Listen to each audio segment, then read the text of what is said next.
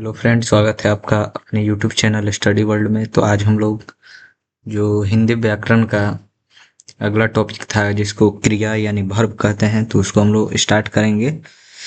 तो आइए स्टार्ट करते हैं। तो देखिए, यहाँ पर बोला गया है कि हम लोग क्या पढ़ने जा रहे हैं, क्रिया। ठीक है, तो क्रिया किसको कहते हैं?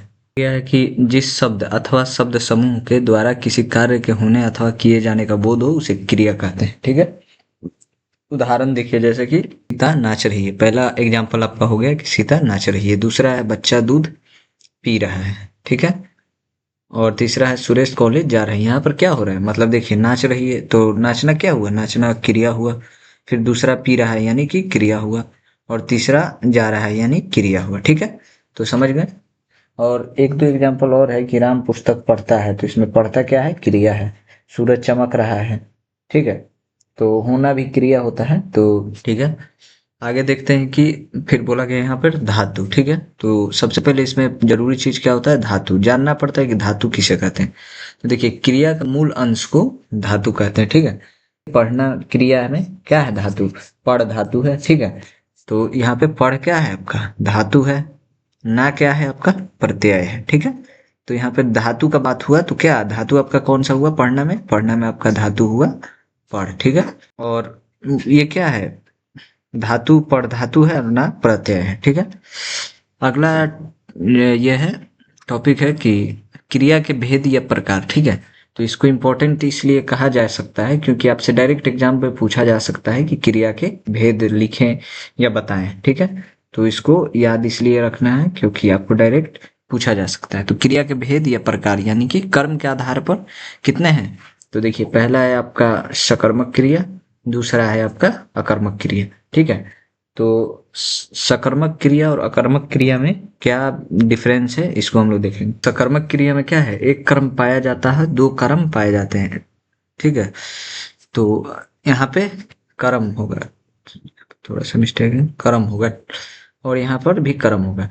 इसमें क्या होता है, अकर्मक में क्या होता है कि अकर्मक में आपका कर्म नहीं पाया जाता है। तो देखिए, प्रयोग वो संरचना के आधार पर। ठीक है, तो देखिए, ये आपका जरूरी है, इसको आपको ऑब्जेक्टिव में दिया जा सकता है। क्यों, क्योंकि देखिए, पहला है आपका संयुक्त क्रिया, दूसरा है आपका पूर्वकालिक क्रिया, तीसरा है प्रेरणार्थक क्रिया, चौथा है आपका नाम धातु क्रिया, और पांचवा है आपका क्या, सम्मान्य क्रिया। कितने हुए, तीन और दो, पांच। तो यहाँ पे पूछा जा सकता है कि प्रयोग या संरचना के आधार पर क्रिया के कितने भेद। तो इसको हम लोग याद रखेंगे, कितने भेद होंगे, पांच। यानी कि अगर ऑप्शन में कहीं आपको पांच दिखे तो आप उसको टिक करेंगे। ठीक है, अगला है कि सकर्मक क्रिया। तो हम लोगों ने एक बार बता दिया, फिर यहाँ पर हम लोग डिफिनेशन देखेंगे। ठीक है, कि क्रियाएं जिनमें कर्म पाया जाता है, यहाँ पे थोड़ा सा कहीं कहीं मिस्टेक है, उसको आप लोग देख लीजिएगा। यहाँ पे माइनर मिस्टेक है, अथवा काम की अपेक्षा होती है, उसे सकर्मक क्रिया कहलाती है। देखिए, इन क्रियाओं की सीधा प्रभाव कर्म पर पड़ता है। ठीक है, जैसे कि खाना, दूसरा है पीना, तीसरा है पढ़ना, और चौथा है आपका बनाना, काटना, लिखना। ठीक है, भरना। ये सब क्या है आपका, ये आपका सकर्मक क्रिया का एग्जाम्पल है। ठीक है, तो इसमें इसको हम लोग याद रखेंगे। अगला है सकर्मक क्रिया के प्रकार। ठीक है, तो अगला क्या है, सकर्मक क्रिया के प्रकार। पहला है सकर्मक क्रिया के प्रकार में, एक है कर्मक क्रिया, दूसरा है दिकर्मक क्रिया। ठीक है, तो पहला जैसे एक कर्मक क्रिया है, उसमें है राम फूल तोड़ रहा है, राम पत्र लिख रहा है। और उसके बाद है, देखिए, कर्म पहचानने के लिए ट्रिक। देखिए, क्या और किसे, क्या और किसे। ठीक है, क्रिया कर्म सकर्मक, कर्म अकर्मक, ये हम लोग देख चुके हैं, कर्म सकर्मक और कर्म अकर्मक, इसको हम लोग पीछे ही देखे हैं। और यहाँ पे है कर्म अकर्मक। लेकिन यहाँ पे क्या पूछा गया है, कर्म पहचानने के लिए क्या किसे यूज किया जाए, उसे हम लोग क्या बोलते हैं, उसमें कर्म पहचानने का एक ट्रिक है। तो राम फूल तोड़ रहा है, राम पत्र लिख रहा है। ठीक है, और यहाँ पे है दिकर्मक क्रिया, जैसे कि राधा ने बच्चों को कहानी सुनाई, राजू ने अंजलि को पुस्तक दिया। ठीक है, तो यहाँ पर है कि दिकर्मक क्रिया, राधा ने बच्चों को कहानी सुनाई। तो यहाँ पे देखिए, दीव कर्मक, यानी कि दो कर्म यहाँ पे हो रहे हैं। पहला है कि बच्चों, और दूसरा है कहानी। ठीक है, तो यहाँ पे दीव कर्मक हो गया। यहाँ पर पहला ने राजू ने अंजलि को पुस्तक दी, द्विकर्मक हो गया। यहाँ पर एक ही कर्म हो रहा है यानी कि पत्र और फूल। ठीक है, याद हो गया आपको। अगला है अकर्मक क्रिया। तो ठीक है, वो क्रिया जिनमें कर्म नहीं पाया जाता है और न ही कर्म की अपेक्षा होती है, उसे क्या बोलते हैं? अकर्मक क्रियाएं कहलाती हैं। इसको हम लोग आसान भाषा में ऐसे भी समझ सकते हैं कि देखिए, यहाँ अकर्मक क्रिया की परिभाषा ऐसे भी हो सकता है कि क्रिया के कार्य का फल, यानी कि क्रिया का जो कार्य का फल है, फल बोले या प्रभाव बोले, वो सीधा कर्ता पर पड़ता है, उसमें कर्म पर सीधा नहीं पड़ता। लेकिन अगर हम लोग सकर्मक ले तो उसमें फल प्रभाव किस पे पड़ता है? उसमें प्रभाव पड़ता है आपका कर्म पे। लेकिन यहाँ पे जो प्रभाव पड़ेगा वो किस पे पड़ेगा?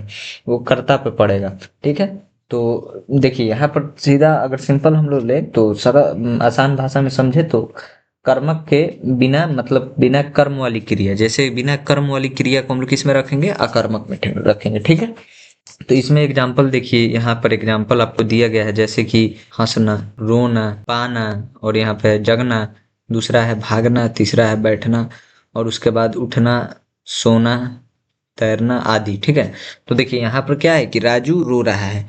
ठीक है, यहाँ पर अगर हम लोग बोल देंगे कि रो रहा है तो पता नहीं चलेगा।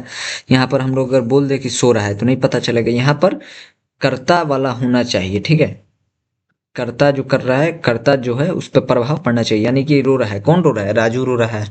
बालक सो रहा है, यानी कि कौन सो रहा है? बालक सो रहा है। ठीक है, अगला है कि देखिए यहाँ पर आगे ना आपको समझाने के लिए है कि क्या रो रहा है, तो नहीं मिलेगा आंसर कि क्या रो रहा है, कर्म भी नहीं मिल रहा है। लेकिन अगर हम लोग सुनेंगे कि कौन रो रहा है तो यहाँ पर क्या होगा?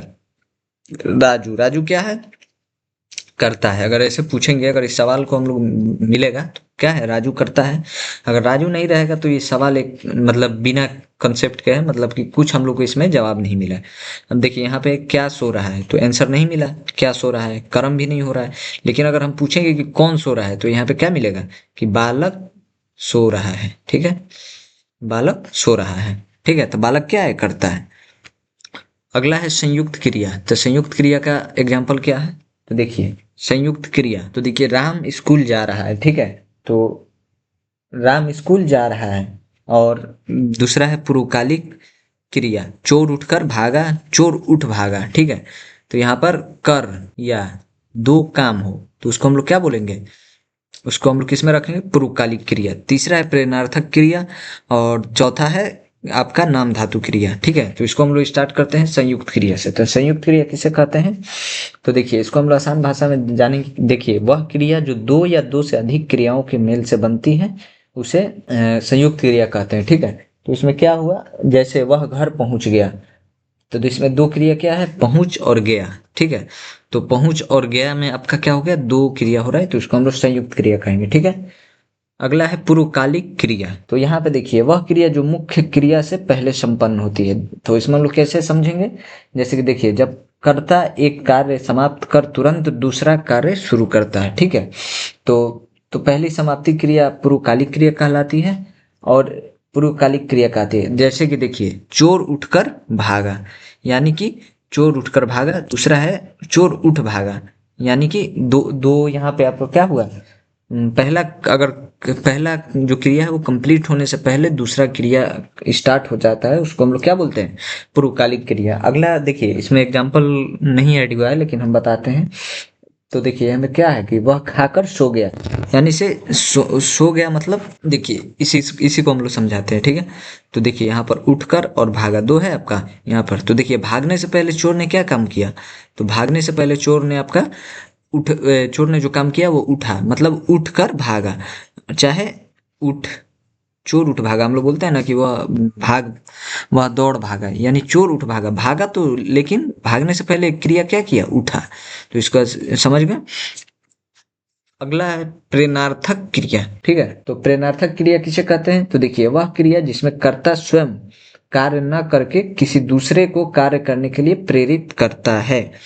ठीक है, तो इसमें हम लोग क्या समझे कि देखिए यहाँ पर एग्जाम्पल है कि राम ने सॉरी, राम लक्ष्मण से पत्र लिखवाता है। देखिए यहाँ पर राम जो है वो खुद कार्य नहीं कर रहा है, लेकिन क्या किससे करवा रहा है, लक्ष्मण से। तो देखिए ठीक है, यहाँ पर कर्ता जो है वो खुद कर्म नहीं कर रहा है, लेकिन दूसरे से करवा रहा है, यानी कि दूसरे को प्रेरित कर रहा है। तो लक्ष्मण से पत्र लिखवाता है। ठीक है, अगला इसमें एक एग्जाम्पल और ले लेंगे। देखिए बुलवाना, खिलवाना या दौड़ाना, ये सब क्या है आपका प्रेरणार्थक क्रिया में आ जाएगा। ठीक है, अगला है नाम धातु क्रिया। तो नाम धातु क्रिया किसे कहते हैं, तो देखिए इसको हम लोग क्या समझेंगे कि वे क्रिया जो संज्ञा, सर्वनाम या विशेषण विशेषण शब्दों में प्रत्यय मुख्य ना या आना जोड़कर बनाया जाए। ठीक है, उसको हम लोग क्या बोलते हैं, उसको हम लोग बोलते हैं नाम धातु क्रिया। ठीक है, तो इसका एग्जाम्पल नहीं दिया गया है, लेकिन हम बता देते हैं। देखिए यहाँ पर आपको दिया गया है ना कि संज्ञा, सर्वनाम प्लस विशेषण प्लस प्रत्यय, अगर ये तीनों को मिलाकर जो बनाया जाए उसे हम लोग क्या बोलते हैं, नाम धातु क्रिया बोलते हैं। इसका एग्जाम्पल नहीं दिया गया, लेकिन हम बता देते हैं। देखिए कैसे, क्योंकि देखिए पहला एग्जाम्पल है आपका अपनाना। ठीक है, यहाँ पर जो लगेगा वर्ड आपको ना लगेगा। ठीक है, लास्ट में ना या आना प्रत्यय लगेगा, उसको हम लोग किस में रखेंगे, नाम धातु क्रिया में रखेंगे। ठीक है, तो देखिए एग्जाम्पल लिख लीजिएगा, हम बता देते हैं। देखिए पहला है आपका कि साहूकार ने गरीब की जमीन हथिया ली। तो देखिए हथियाना क्या हुआ, मतलब किसी को कब्जा कर लेना। ना आ गया लास्ट में आपका ना, तो ना आ गया तो इसमें क्या हो गया आपका, किसका एग्जाम्पल हो गया, तो ये एग्जाम्पल आपका नाम धातु क्रिया में हो गया। दूसरा है कि हमें दूसरों को दुख अपनाने चाहिए। तो हमें दूसरों के दुख अपनाने चाहिए, तो इसमें भी ना आ गया, दो एग्जाम्पल हो गया। अगला है सामान्य क्रिया। ठीक है, तो इसको हम लोग देखेंगे कि सामान्य क्रिया किसे कहते हैं। ठीक है, तो क्रिया का वह रूप है जिसमें वाक्य में केवल एक ही कार्य और एक ही क्रियापद संयुक्त होता है। जैसे कि एग्जाम्पल है वह खाता है, राम स्कूल जाएगा। तो राम स्कूल जाएगा, वह खाता है, ये क्या है आपका, ये आपका है सामान्य क्रिया में। ठीक है, तो इसको हम लोग देखेंगे। देखिए परिभाषा क्या है, वाक्य में जब सिर्फ इसको आसान डिफिनेशन में बता देते हैं कि वाक्य में जब सिर्फ एक ही क्रिया का होना पाया जाए, यानी कि रवि पुस्तक पढ़ता है, श्याम आम खाता है, वह खेला, वह नहाया। तो देखिए राम स्कूल जाएगा, देखिए राम स्कूल जाएगा यानी कि जाएगा क्या, क्रिया हो गया आपका। यहाँ पर क्या समझे हम कि देखिए सिर्फ एक ही क्रिया होना पाया जा रहा है। ऐसा नहीं है कि राम उठकर स्कूल जाएगा या चाहे राम खाकर स्कूल जाएगा, ऐसा नहीं है। अगला एग्जाम्पल आप देख लीजिए कि श्याम आम खाता है, यानी कि श्याम क्या कर रहा है, आम खा रहा है, एक ही क्रिया हो रहा है। ऐसा नहीं है कि श्याम बैठकर आम खा रहा है, बैठना एक क्रिया हो गया और दूसरा खा रहा है वो दूसरा क्रिया हो गया, तो ऐसे नहीं होगा। ठीक है, यहाँ पे अगर रिवीजन करने वाला जो चीज है उसको हम एक बार करा देते हैं। तो देखिए यहाँ पर रिवीजन करने वाला चीज क्या है, क्रिया के भेद। ठीक है, तो यहाँ पर जल्दी जल्दी शॉर्टकट में रिवीजन कर लेते हैं। पहला है सकर्मक क्रिया, दूसरा है अकर्मक क्रिया। ठीक है, तो सकर्मक क्रिया एक ही कर्म पाया जाता हो या दो कर्म पाया जाता हो, उसमें हम किस में रखेंगे, सकर्मक में रखेंगे।